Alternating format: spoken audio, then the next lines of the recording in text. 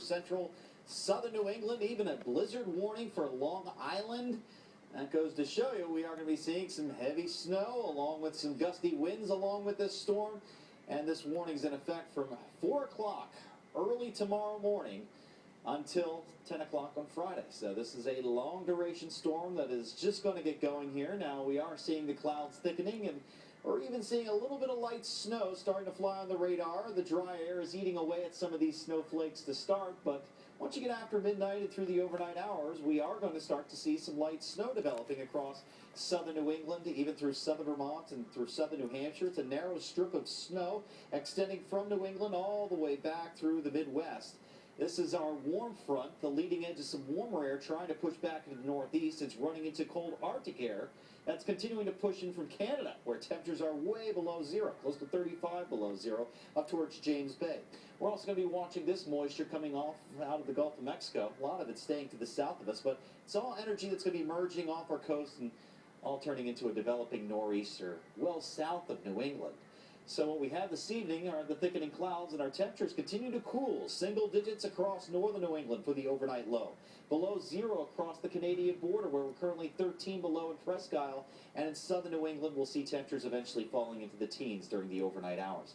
Here's your hour-by-hour forecast. Once after midnight, you watch the light snow. So by 7:30 tomorrow morning, we're seeing the light snow starting to develop across the region. It's not particularly heavy here, but it is going to give way to a gradual accumulation because of all this cold air in place. You're going to see a couple quick fluffy inches that you'll quickly be able to brush off, but we could start to see some snow-covered roads out there as we head through the afternoon. A little bit of a lull here in southern New England. It's not going to be snowing particularly heavy much of the day, so we should be able to get about our business here with not too many delays, but again, it's just a couple inches here, and that could make it a little bit slippery in spots. This is what it looks like as you get towards about 5 or 6 o'clock in the afternoon.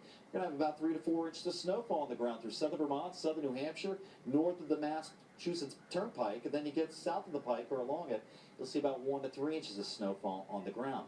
Problem is, as we head through tomorrow night, this is where the storm is going to start to congeal off our coastline, start to get together. The combination of the high to our north and the low to our south starts to funnel in these strong northeasterly winds for tomorrow night through Friday morning. And then we have the heavy snowfall developing through the overnight hours, and by dawn on Friday, we could be seeing near blizzard conditions along the coastline here, along with the gusty winds, the whiteouts, the blowing and drifting snow.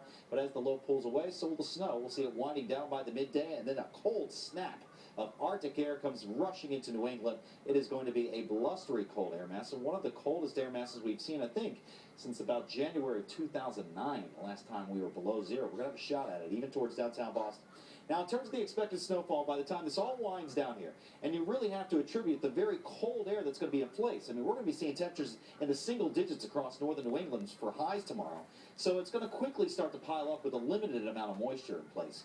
And so we're going to be seeing a solid foot of snowfall likely through southern Vermont, through southern New Hampshire. What we're watching out is eastern Massachusetts as you get this coastal front, you get the moisture tapping in and off the water along with the cold Arctic air in place. We're going to easily see about 15 inches of snowfall here through Cape Ann, Boston, South Shore, Plymouth, Bristol County. We could see locally heavier amounts that could get up to 20 inches. We could get a localized 20, would be surprised. And that extends down to the upper Cape. We could get about 15 inches of snowfall. Worcester County, about a foot, as well as the Berkshires. And then as you get into northern New England, amounts dropping off as you head towards the Canadian border, but still about 9 to 12 inches along southern coastal Maine, more towards York County. Of course, we're watching the winds here Thursday night into Friday. Gusty winds to 30 to even 45 miles an hour towards the Cape and the islands. And we're watching for the potential for the coastal flooding here. Mostly minor to moderate coastal flooding is expected, but those seas will continue to build up to around 10 to 20 feet off the coastline by Friday. So we're watching the Friday at midnight and also the Friday at midday. Potential for about a 1 to 2 foot surge here.